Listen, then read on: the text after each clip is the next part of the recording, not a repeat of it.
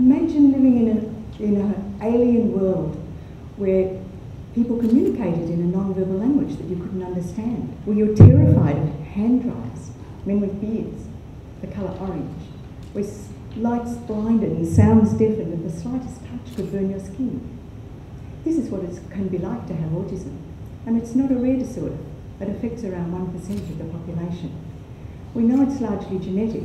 We also know there's no magic cure. But for many, the outcomes can be disastrous. Few adults on the autism spectrum, even those of high intelligence, manage to live independently or hold down jobs or get degrees, and many suffer mental illness. But are these core features of autism, or are these the downstream effects of impaired social learning?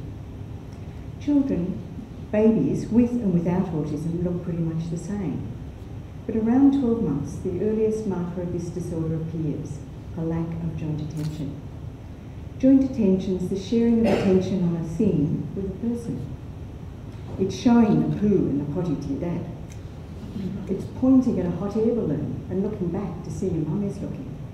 It's kind of like a synapse between two minds. Around 12 months, the trajectories of typical and autistic development begin to diverge. Typically developing children learn about the world through the attention of an adult.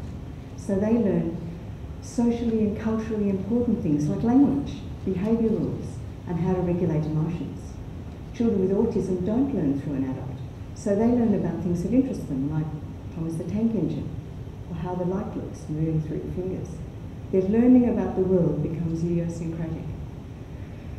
In my research, I used a parent training program to increase the joint attention skills of preschoolers with autism.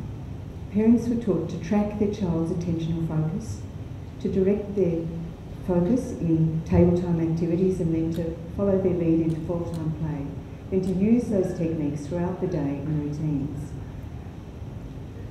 A semi-structured play session was videoed throughout the intervention and then coded for joint attention behaviours, and all children made significant gains in some joint attention behaviours. Some looked at their parents' faces more, some communicated more, some threw less tantrums.